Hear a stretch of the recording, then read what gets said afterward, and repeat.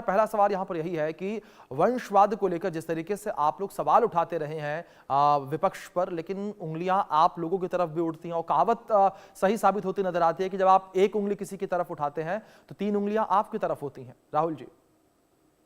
देखिए, ज़ाहिर तौर पे जो वंशवाद की जो परिभाषा है वो बिल्कुल डिफरेंट है। भारतीय जनता पार्टी को अगर लेकर अब विचार-विमर्श करेंगे तो जी। आपको मैं बता दूँ कि भारतीय जनता पार्टी का प्रदेश अध्यक्ष कौन होगा ये कहीं निर्धारित नहीं होगा, वो कोई भी हो सकता है। जी। राष्ट्रीय अध्यक्ष कौन होगा ये कहीं निर्धारित नहीं है, कोई भी हो सकता है। लेकिन जो ये परिवारवाद की बात मैं अन्य पार्टियों के लिए बोलता हूँ, उसमें एक चीज़ है, कांग्रेस की अगर आप बात कीजिए तो कांग्रेस का राज्य अध्यक्ष एक ही खेमे का होगा और वही लगातार रहेगा। जी। अगर आरजेडी की बात कीजिए तो आरजेडी के प्रदेश अध्यक्ष, राष्ट्रीय अध्यक्ष उन्हीं के घर में रहेगा। और जी। अगर बात करते हैं उनके यहाँ नेताओं की लिस्ट में तो उनकी बहन ही आएगी, उनके भाई आएँगे, उनकी माता आएगी, पता चलेगा कल उनकी पत्नी आ गई। लेकिन अगर भारतीय जनता पार्टी के संदर्भ में अगर आप उठाकर देखिए तो ऐसा कहीं कोई संदर्भ देखने को आपको नहीं मिलेगा।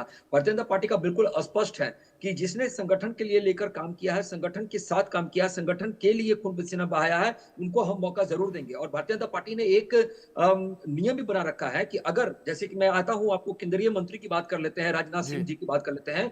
वो केंद्र मंत्री होते हुए उनके बेटे को मंत्री नहीं बनाया गया, जबकि सबसे ज़्यादा वोट से उन्होंने जीता था नोएडा में, लेकिन जी। फिर भी उनको नहीं बनाया गया। उन्होंने कहा कि मुझे हटा दीजिए पद से, फिर मेरे बेटे को मंत्री बना दीजिए अगर ऐसा करना है तो। यानी कि एक परिवार में एक जगह ही चीज़ें होंगी। ऐसे कई चीज़ें देखने को मिली है, चाहे आप हरियाणा का संदर्भ उठा के देख लीजिए तो हरियाणा में भी इस तरह के संदर्भ देखने को मिलेंगे, महाराष्ट्र में देख लीजिए, बिहार के अंदर देख लीजिए। बिहार में अश्विनी चौबे आपको याद होंगे, जी। अश्विनी चौबे जब अपने पुत्र के लिए टिकट माँग रहे थे, तो उनको जब टिकट मिला तो उनके पुत्र को नहीं मिला। तो ऐसे तमाम चीज़ें हैं जो आपको देखने को मिलेंगे और जो ये वंशवाद है, वो एक गिरफ्त की बात होती है और यहाँ मौका देने की बात होती है, दोनों में बस यही फ़र्क है। और जहाँ तक आरजेडी का सवाल है, आप आरजेडी में देख लीजिए, तेजस्वी यादव जी आज कह तो ज़रूर रहे हैं कि मैं हर घर में नौकरी दूँगा, लेकिन अपने घर के अंदर नौकरियाँ कैसे सेट जी। किए हैं, उनकी दीदी, उनकी बहन, उनके पिताजी, उनके जी। भाई, उनकी माँ और उनकी पत्नी की भी चर्चा हो रही है। यानी कहने का मतलब कि उनको कोई ऐसा होशियार कैंडिडेट नहीं मिल रहा है उस समाज से कि उनका प्रतिनिधित्व कर सकता है। लेकिन भारतीय जनता पार्टी के विषय में अगर आप देखेंगे, तो हमने